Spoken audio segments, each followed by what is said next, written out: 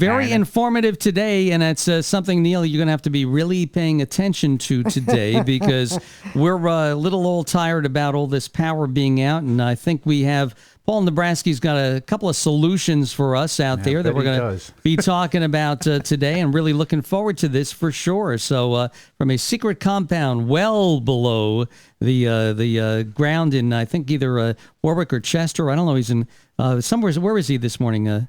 I think he's in Warwick. Okay, he's in Warwick this morning. Is that really necessary? It isn't, but it makes it sound good, Let's he's in Europe. Has a little intrigue to it. Yeah, he's at an undisclosed location. Good morning.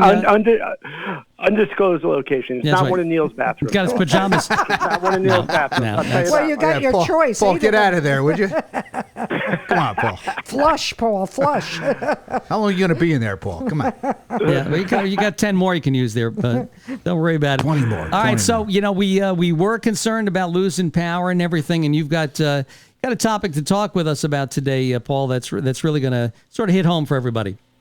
And, absolutely. We're going to talk about generators today. And it's funny, Neil was talking a little about not having power.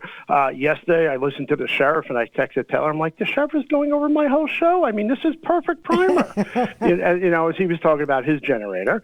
But before we do that, Taylor, let's give some stuff away, right? Let's, I love it.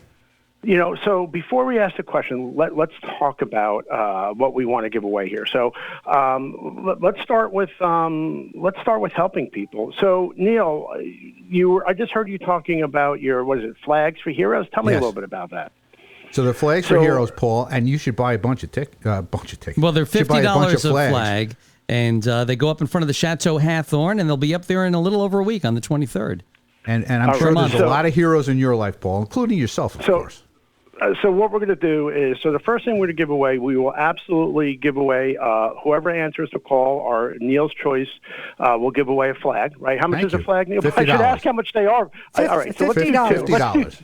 Let's do two flags, okay? So we'll do whatever the caller wants, whoever the caller would like to have a hero, and whatever you want to pick, Neil or Taylor or Frank, or we'll pick one together, okay? So let's give away that. Thank you, Paul. All right, and so let's do that, whatever the caller wants to do. And even if we don't have a caller, we're obviously giving it away, okay? So no matter what, Neil, we're good there. Yeah, all right, excellent. Are we ready Thank for Taylor, anything else we want to give away? Well, I'm hiding in my bunker here. Well, I don't know. What do you got? Toilets, sinks? Generators? I'll take that one. I'll take that. No. If we give away that stuff, I have nothing to sell, so we can't really do that. We can't do it. We can't afford to give away the charity. I get it. All right. Hey, and before we ask the question, I just want to let you know, remember that I'm still having the Backpack for Hope drive for the kids of the Boys and Girls Club. I'm looking for pens, pencils, erasers, notebooks, glue sticks, children's scissors. The biggest thing we're having trouble right now, guys, we can't find children's scissors. We need 40 more. So to let the listeners know, but Neil, make sure those are kids' scissors. Right. Correct. That's why I said children's. I purchased 50 backpacks, and we are filling the backpacks for kids who don't have enough money to have a brand new backpack to go back to school with through the Boys and Girls Club of Orange. Okay. And no matter what, we're going to fill them. But right now, the office have been really, really looking for children's scissors. So if anybody can, help with that or tell us where to find them or, donate them, you can drop them off at Nebrasky Plumbing or WTBQ. All right. That's running through August 21st. And then the Boys and Girls Club are coming to pick it up so they can give these backpacks to the kids. All right, guys. So that's a great let's thing, go Paul. with the question. Okay. Thank you. Let's go with the question. Go. What year did the biggest blackout in the U.S. history occur? What year did the biggest blackout in U.S. history occur? And for bonus points are how many million people were out? Oh, that's a tough one. That's a juicy one.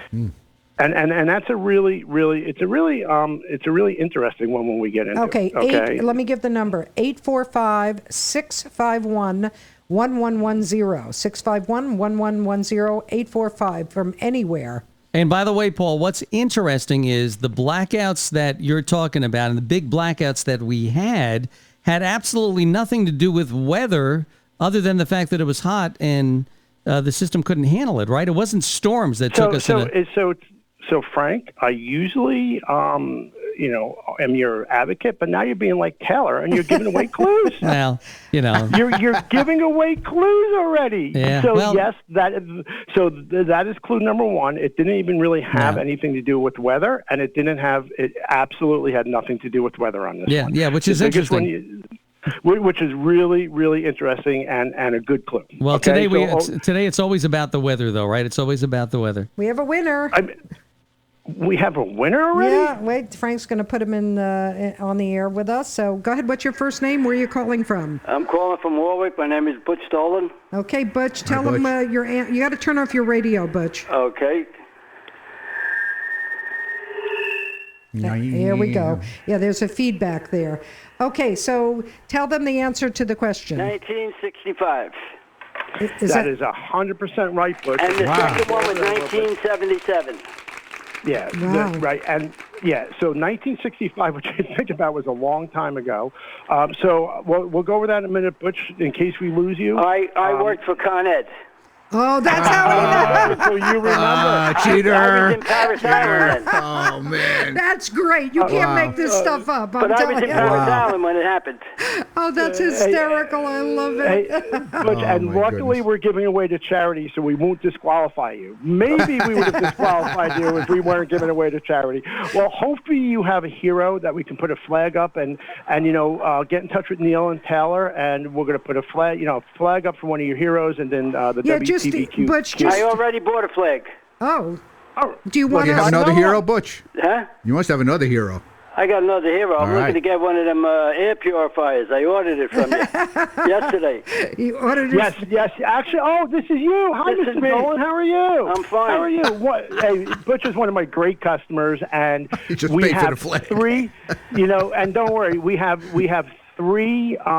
We talked about this on the air, actually, UV lights left, and we can't get any more to 20 weeks. And after listening to us on the air a couple of weeks ago, Mr. Dolan called and said, hey, I want one. So we put away one for him. So he's customer number 1, and it's put away for you. So very good. Let's come on there and talk a little bit, how the UV light kills viruses. So we're going to talk a little bit about that once we put it in, if you don't mind coming back on maybe one of my art towns. Yeah, Butch, do me a favor. Email me at taylor@wtbq.com with the hero's name and all the information, and I will get that over to Paul. Okay, thank you. Thank you so very much. much. Hey, You good too. to talk to you. Have a good day. Bye-bye. All right. That's that fabulous. was great. You can't make that stuff up. I'm glorious. telling you. That's awesome. I didn't call him. I promise you I didn't. Oh, I heard the surprise in your voice, believe Wow. me. I mean, I love it. That's what great. makes radio great. I just love it. And one of your great listeners, because he listened and called right away. Yeah, about the UV wonderful light. guy. And a customer, Paul. That doesn't have. That's okay. Okay, so we have one more to give away. But actually, those reasons for that power outage was they didn't even really know. It was like it generated from up north, something power station went, and then it traveled around the rest of the Northeast. All right, well, everybody was let's do without power. another question so we can give the second one. Let's just talk about that. 30 million people in 1965 were Wow. out power. I knew it was Ontario, New York Canada, City. to New York, from Right. Canada to New York, 80,000 square miles. Wow. And for 13 hours. And the craziness, 800,000 people were stuck in the New York subways. 800,000 people were stuck in the subway. Can you imagine that? No, Not I today. would have lost my mind because I have claustrophobia, so that would have been the end of my life. I can't even think of it. And Frank, in the end, they feel it was caused by a relay at a hydroelectric power station by Niagara Falls on the Canadian side. Came up on. We're blaming it on the Canadians. Blame it on the Canadians. Why not? Isn't that amazing? That's what they say when they're on Yeah. a plane and they get hijacked by these terrorists. Don't shoot, I'm Canadian. Can you imagine being stuck in the subway? Oh. No. Or in an All right, elevator let's or whatever. do the second Elevator. question. All right, we got a second question there? It was up to you. Let's go to the second question. Okay, How go- long did the longest blackout in U.S. history last, and what area did it affect? How long did the longest blackout in U.S. history last, and what area did it affect? Okay, so 845-651-1110, anywhere in our 3 million listening audience. Please feel free to call in, 845-651-1110. Give them the question again, Paul. how long did the longest blackout in U.S. history last, for, and what area did it affect? Okay, and this one's more recent, so I'm being like you, Taylor. I'm already giving clues.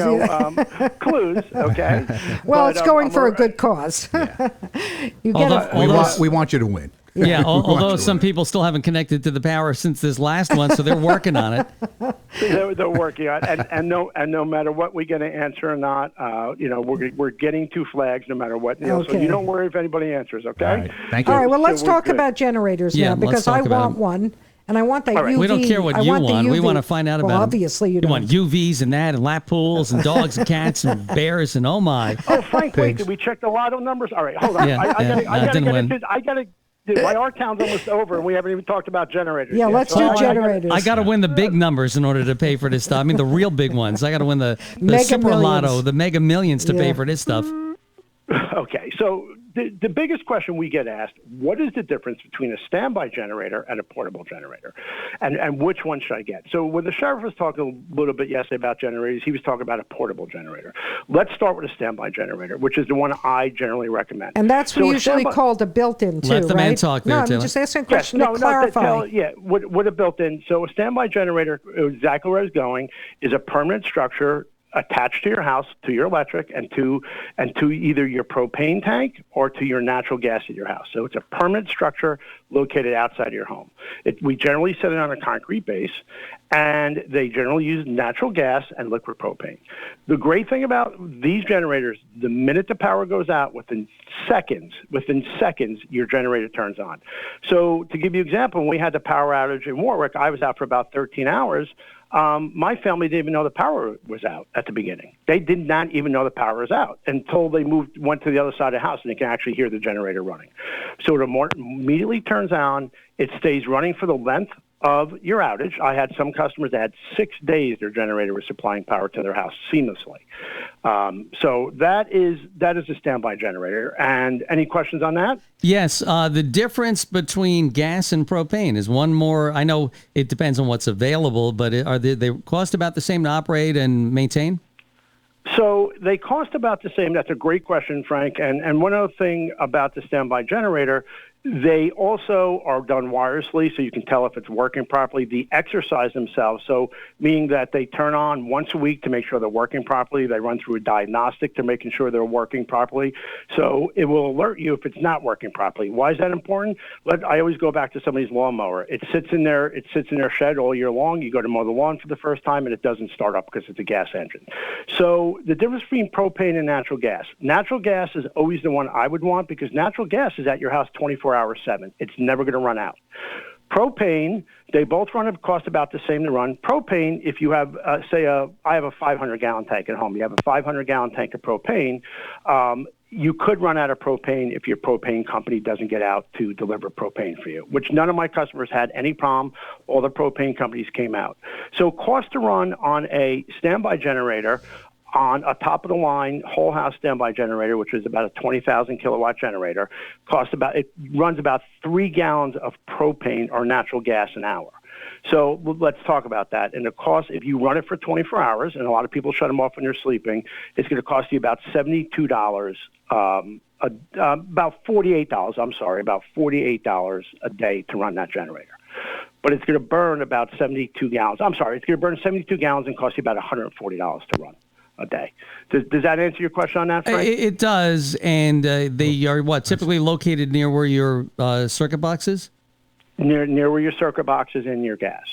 Now, most of my customers have standby generators. That's what we service. Now, you could ask me about cost. Cost of a standby generator really depends on what you want to power. So let's really take a house like you, Neil. I think one of the good things about you not having power is you had town water, correct? Correct. Right. That's so correct. A lot of our customers in Warwick, they don't have town water. They have well water. Right. And it was funny. You can tell all the newbies to Warwick because I was looking at the Warwick Facebook page, and people were asking the question, I have help. I have no water. And people would ask them back, well, do you have electric? And they would say no. And you knew they were new to Warwick. They didn't realize from being in New York City that if you have a well and you don't have power, you don't have electric. Right. So if you just want a generator to run your refrigerator, your air conditioning and a couple lights, you can get away with a smaller generator. And the cost of that smaller standby generator is about $7,500 installed. Okay? If you want, what a lot of my customers have, if they have a well, they want to run their air conditioning, they want to make sure all their freezers are working, they want to operate their house seamlessly during the blackout, that can go as high as $11,000. So that's really your price range, anywhere from $7,500 to $11,000. Give a take. Now, Frank or Taylor, you might be saying, hey, that's a lot of money. Why would I spend that money? I will tell you this, and I've heard this from real estate brokers, that when people go to sell a house, you have the same house, and one person has a generator and another one doesn't. That house, especially people I would do that City. in a heartbeat, because we had one at the last They're going to house. make some more money on the house when they go to sell the home. Can you finish that thought, Paul, please? Yeah. No. So basically what we're saying is which house is more desirable? Yeah. Same type of house, the house with the generator or the house without the generator. Right. And people want houses with generators now. With all the outages we've had, no-brainer to me. Standing. Yeah, absolutely. Okay, and they want standbys. Okay, so now let's talk about the portable generator, which the sheriff talked about yesterday. I am not a big proponent of portable generators, but they do work, they work well, and they meet a spot for somebody. Portable generator is going to cost you anywhere from $1,000 to say $3,000, depending how much you get it. You can get them at Home Depot, you can get them at Lowe's, you can get them at Grainger.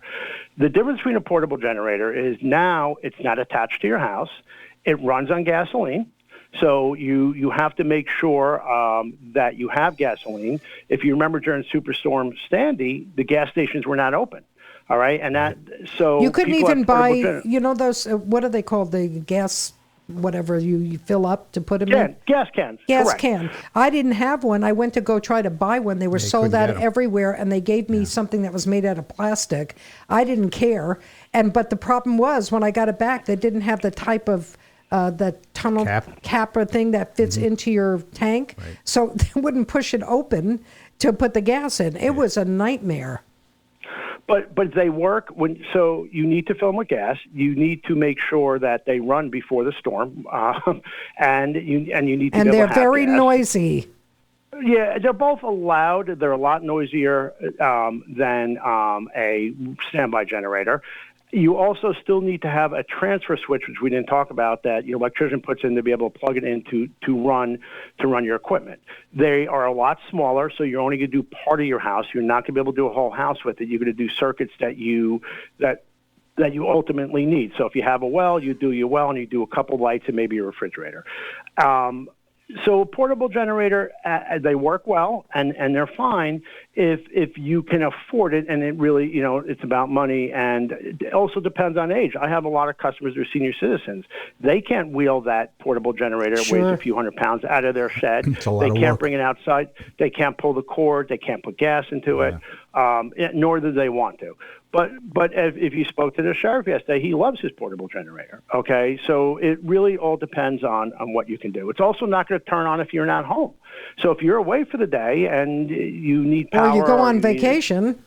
Right, and you're going to lose everything in your middle of winter, and you have to go through that whole process. And, you got to realize when you're going to be putting this thing outside, it could be right during the storm. You're going to be out there trying to connect it and fire it on up. And you have certain amount of hours depending on, because I had one. Well, now it is less expensive to operate the portable, but you're not getting hardly anything turned on in your house compared to what the one I whole had house is during going to Sandy, the portable one, who a very dear friend of mine actually went and got for me.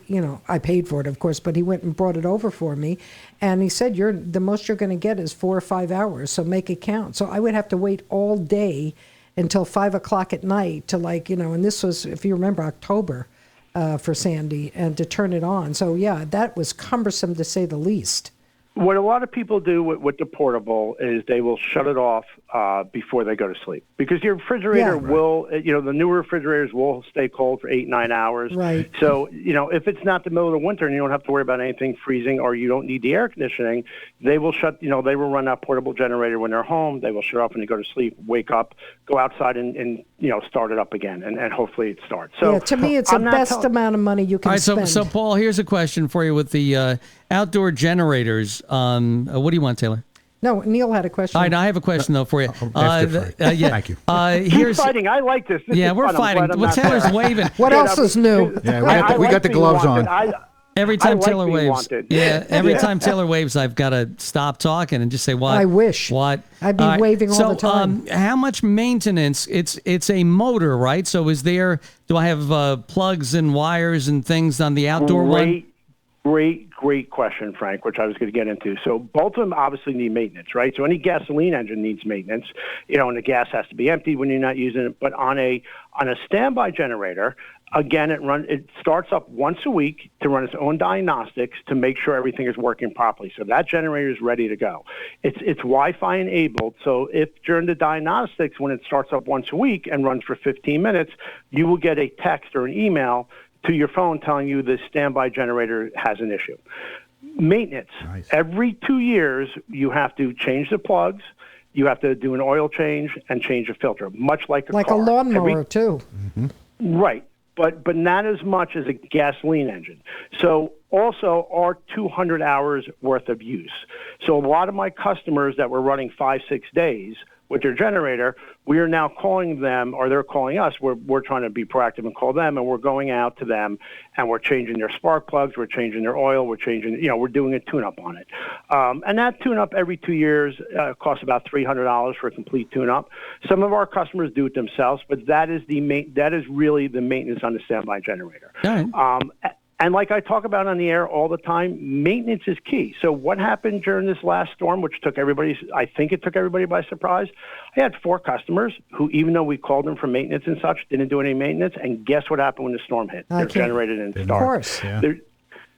Because they didn't do the maintenance. Because, out of sight, out of mind. We haven't had a power outage in a while. Right. Nobody knew the storm was coming. And it seemed like, including, Con Ed, Central Hudson, and Orange and Rockland. Well, that we know. Had no clue. They had no clue. The ones. Yeah, they're the ones who are supposed to have the clue. So you need to do maintenance on it and check it. But Neil has a question for you. Paul, the cost to run the standby generator again, could you repeat that? It's so on full power on a 22 kilowatt, which is the largest generator, full house, made before you go whole house is approximately. I'm going to go by propane because that I can tell you the price is approximately 3 gallons an hour on full load. So if you're running everything in your house, it's 3 gallons an hour. So you're talking, say, if you run in 24 hours, you're talking 72 gallons, and it's $2. Right now, propane is going at $2 a gallon. But there's a couple of things you can do with that, Neil. If you're only running half power, it's half of that, meaning you're not running your air conditioning at the time. So I would say about 2 to 2.5 gallons an hour, or anywhere between 50, anywhere from $100 to $144 a day if you're running full day. Right. But think of what you have. To me, it's a no-brainer in a storm, and most storms don't last 5 days. Right, that's unusual. If you ask any of the customers that had a generator, and I have a lot of them that ran for 5 days, still running. And I said, well, it cost you $600 to run for these 5 days. They're like, I would have lost $1,000 worth of food. I would have, had. Yeah, you have to think of the other side of it. Absolutely. Right. I have a battery backup sump pump in my basement that would have flooded my basement during the storm. Yep. I have a kid. I have a mother who's 90 years old who needs air conditioning. Yeah. Okay, that we would have had to go pay. Neil can associate with that. He has his mother-in-law living there. How old is she now? 91. 91. Yeah. Joan. Yep. Yeah, okay. She's Did she get her own bathroom, Neil? Did you get her your own bathroom? Everybody. Everybody gets 2 bathrooms. Or do you make her go downstairs, Neil? I'm not giving you any details about my bathrooms. I see the dollar signs lighting up in your eyes. Neil, I missed you. That's all I can tell you. I missed you. That's all I can tell you. I love it. I can't wait. I want to tell you, when you do call Paul, I'm coming over and videotaping. We are, and it's going to be me. I'll put my uniform back on, and I'm going. And he hasn't done that in years. Paul, is that you? It's just don't worry. Listen, I'll pay for that call. I don't believe in butt crack, so I'll have my belt on. There you go. Thank you. Then never mind. Now you come to the house. I was getting a little worried for a minute there. He'll be like Indiana Jones in the lost toilet, going in there and looking for the. Where's the other one? I know there's another one somewhere. Wait, we have a map here to find all the bathrooms. Yeah, the tour of Neil's bathrooms. Neil, I need that treasure chest to find my map to find my toolbox. I don't even know where that is. And That's his kinda odd. bathrooms get some use. Only one of Enough them about does. Neil has usually an annual Rotary party, and there's one bathroom everybody uses, but it's so pretty in there, nobody wants to come out. Yeah. Well, there you go. So he's got it all together. People are still in there. So Neil, something to think about these generators. How long does it take to install something? Is this a 2 one-day days? job? No, I think it's 2 days. So that's really important. We can generally get them done in a day or a day and a half. So that's a great question, Frank. If you're doing either generator, so even if you're doing a portable generator and you got to put in a transfer switch, you really need a licensed electrician. Don't try. So we are licensed electricians in Orange County, or if it's outside of Orange County, we bring in a licensed electrician. So you got to make sure you let the utility company know that you could be shutting power off and putting a transfer switch in. So we need to go for a permit. Once a permit's issued, which generally takes a couple weeks, we can generally get the generators in a day and a half. See, this is why it's important for Paul to be on, because this is information that people don't usually get before they put the generator in, and these things start happening. Yeah, and it's, people are like, well, why didn't you tell me that that's before? great information. But it doesn't Yeah, it really, really you're not is. really disturbing much in the people's home then. You're just basically outside and near their circuit breaker box. Right, and the other thing that's really, really important, you also say you're doing a natural gas generator or a propane generator, you need to let your utility company go, because these generators are big, use a lot of gas. So your gas meter might not be large enough. So which doesn't cost anything. You call Orange and Rock, which is our local, and they'll look at it for you, and they'll put a larger gas meter in for you to be able to handle the gas for the generator. Do you do work in New Jersey too, or just New York? We are licensed New Jersey plumbers, Taylor. Great question, but we're not licensed New Jersey electricians. Okay. So what we try to do is, as far as generators, I stay away from New Jersey only because I do not have a good relationship with an electrician, and unless I have good subs working under me, I will not do the work. Oh, good for you. Okay, because I'm But you only will as good do as my, plumbing. You'll do plumbing jobs in New Jersey. Absolutely. All right. So all you Jersey-ites, just not down a lot of that, not at Frank's place. Yeah, down the shore. One exception. Toilets are backing up. yeah, I know you'll go with him the next time he goes. Yeah, well, Not literally. Not Not literally. Yeah. Yeah, we can video. No, we're Flush going to Neil's that. house first. Listen, can you install a urinal in my bathroom so I don't have to? Frank, Yes? I had a customer with a lot of money, and he built a brand new house. I had two of them, and both those customers, they had a his and her side, two separate customers of the bathroom, right? His and her side, and both of them on the his side put urinals in their own bathroom in their Yeah, own house. that's the How way do you to like go. that? That's what I'm missing. A his and her bathroom. That's what we need. I His need and her one. urinal. Right. I need one in the living room. So I told Eileen, she Kitchen. thinks if you think you're putting a urinal in the freaking house, you are nuts. So I didn't get my urinal. That's in my why I house. love Oh, Eileen. man. Poor Paul. That's No a real. urinal. That's a real man's room, man. Let me tell you. Put it man downstairs. cave. That's all. Right. Then the man cave. Yeah. Oh my God. So Put one the outside. bottom line is, come on, what man doesn't want a urinal? Come Get it? on. I want a bidet. So there you Day, go. There you urinal, go. you'll be in heaven. I would. So we learned a lot. Yeah, Yeah, go we ahead. learned a lot about these generators. It is kind of important. It's something to consider. It's an investment. If But somebody, they don't have to pay for it all at well, once. that's what I was going to ask him, Okay. Taylor. But thanks for reminding me. You're very Paul. welcome. The question is, I don't have $11,000 to give you cash today out of my wallet when you come in. How can I pay for this? No, we finance. We accept credit cards. We have a finance company. We have 12 months, deferred payment, like when you go to the furniture store. So we have a lot of ways to help a customer. Okay, we have a payment plan, and we also have, we accept all credit cards.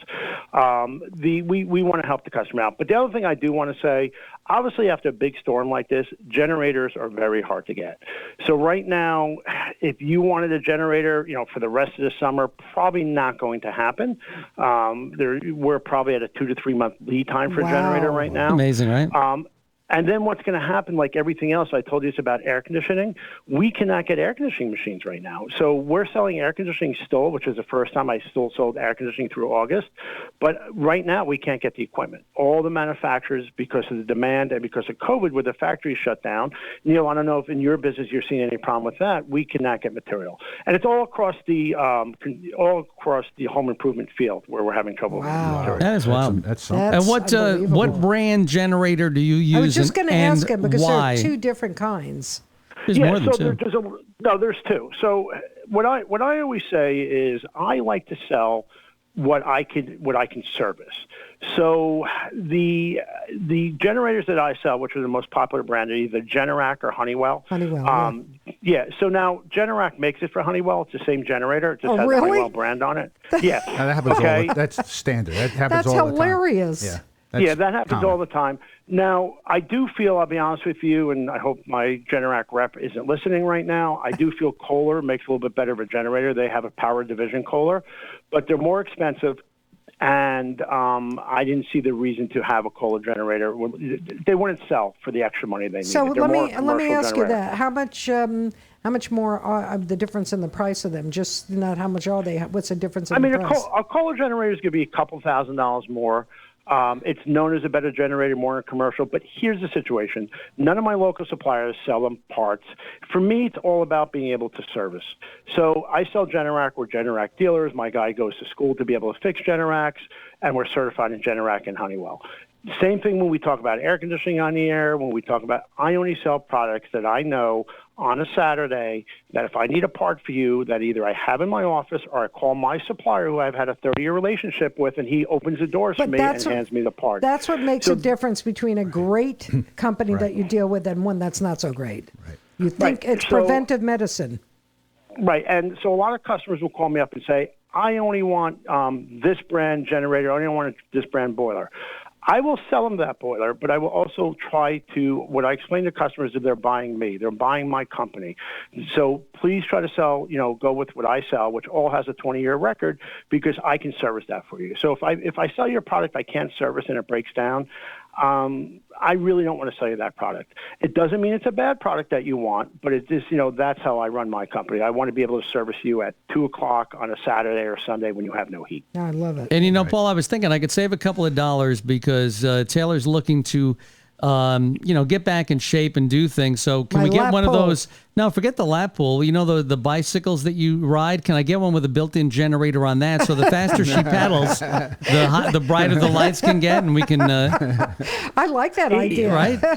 You know what's crazy about that? Eileen, there's a Peloton, right? Which is kind of like that. Oh, yeah, that thing looks great. Yeah. And Eileen, my wife, had bought one during the COVID and is riding it every day, really felt great about herself. Loved it, got into it, and then how do you get into this? Really crazy, and then broke her foot. Oh, jeez. By the way, how is she feeling?